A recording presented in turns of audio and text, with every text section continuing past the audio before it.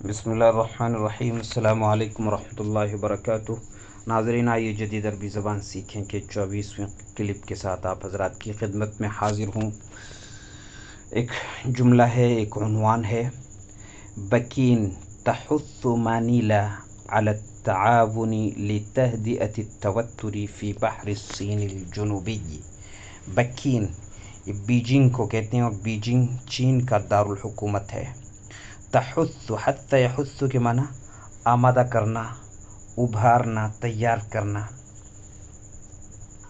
کسی کام کے لیے۔ اس کے صلے میں اعلیٰ آتا ہے، یعنی جس کام کے لیے آمادہ کیا جاتا ہے، جس کام کے لیے ابھارا جاتا ہے، اس پر اعلیٰ آتا ہے۔ جیسے یہاں آیا ہے علی التعاون۔ منیلا، منیلا یہ فلپینس کا دارالحکومت ہے۔ ادھر چین کے پڑوس میں ایک ملک ہے، یعنی ہم سے، انڈیا سے مشرق کی جانب فلپینس، اس کا دارالحکومت ہے منیلا۔ علی التعاون لتهدئة التوتر، تهدئة، هدأ يهدئ، تهدئة کا مطلب ہے سکون یا امن قائم کرنا۔ ہدوء امن اور سکون کو کہتے ہیں، اس سے ہے ہدوء سے تہدئۃ، تہدئۃ التوتر کشیدگی ختم کرنا۔ یہاں تہدئۃ التوتر، تہدئہ کا معنی تو ہے سکون یا امن قائم کرنا، یا سکون یا امن بنائے رکھنا ٹھیک نہیں ہے، قائم کرنا ہی بہتر ہے۔ تہدئۃ التوتر کا معنی ہے کشیدگی ختم کرنا، التوتر کا معنی ہے کشیدگی۔ فی بحر الصین الجنوبی، بکین تحث یعنی چین نے فلپینس کو آمادہ کیا ہے یا ابھارا ہے، یا زور دینے کے معنی میں بھی کہہ سکتے ہیں۔ بیجنگ نے جنوبی بحیرۂ چین میں کشیدگی ختم کرنے کے لیے آپسی تعاون پر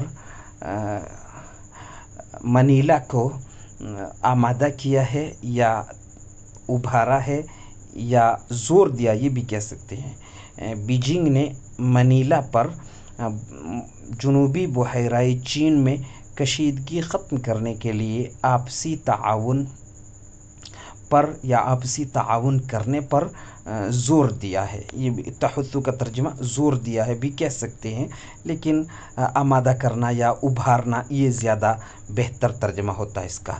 بکین تحث مانیلا، مانیلا یہ تحث کا مفعول بھی ہے اور تحث میں ہی ضمیر ہے جو بکین کی طرف لوٹتی ہے، اور سرخی میں آنے کی وجہ سے یہاں حثت فعل ماضی آنے کی بجائے مضارع آیا ہے تحث۔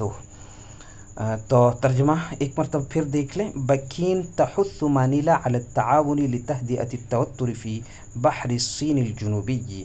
بیجنگ نے جنوبی بحیرۂ